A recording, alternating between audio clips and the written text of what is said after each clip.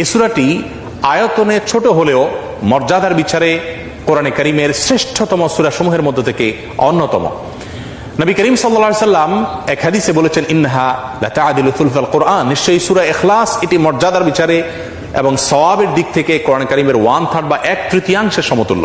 বুখারীর এক বর্ণনা থেকে বোঝা যায় নবী সাল্লাল্লাহু আলাইহি সাল্লাম সূরা ইখলাস একবার পাঠ করলে কোরআন কারীমের 1/3 তেলাওয়াত করার সমান সওয়াব পাওয়া যাবে, সেটি বলেছেন। এর উপর ভিত্তি করে অনেক উলামা ইকরাম বলেছেন, 3 বার যদি কেউ কুল হুয়াল্লাহ সূরা বা সূরা ইখলাস পাঠ করে তাহলে আল্লাহ রাব্বুল আলামিন তাকে গোটা কোরআন একবার পড়ে শেষ করার সমান সওয়াব দান করবেন। অন্য আরেকটি হাদিসে বর্ণিত হয়েছে, এক ব্যক্তি সূরা ইখলাস পাঠ করেছেন, নবী সাল্লাল্লাহু আলাইহি ওয়াসাল্লাম সে শুনতে পেয়ে তিনি বলেছেন ওয়াজাবাত, অর্থাৎ তার জন্য ওয়াজিব হয়ে গেছে। সাহাবা ইকরাম জিজ্ঞাসা করেন, ইয়া রাসূলুল্লাহ কি ওয়াজিব হয়ে গেছে? তিনি বলেছেন তার জন্য জান্নাত ওয়াজিব হয়ে গেছে, জান্নাত আবশ্যক হয়ে গেছে।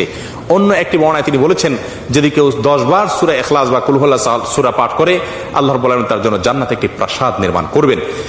মসজিদে কুবার একজন ইমাম নিযুক্ত ছিলেন, যিনি প্রতি রাকাত ফরজ নামাজে সূরা ফাতিহা পাঠ করার পর যখন অন্য সূরা মেলানোর অপশন আসে, তিনি প্রথমে সূরা ইখলাস পাঠ করেন, এরপর অন্য সূরা পড়েন।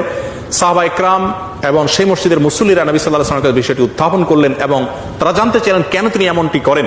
সূরা ইখলাস এটি তো প্রত্যেক রাকাতে পড়াটা বাধ্যতামূলক নয়, সূরা ফাতিহার পর তিনি নিয়মিত এটি কেন করেন? সেই ইমামকে ডেকে নবী সাল্লাল্লাহু আলাইহি ওয়াসাল্লাম জিজ্ঞাসা করলেন এর কারণ সম্পর্কে। তখন তিনি বলেন, ইয়া রাসূলুল্লাহ, আমি সূরাটাকে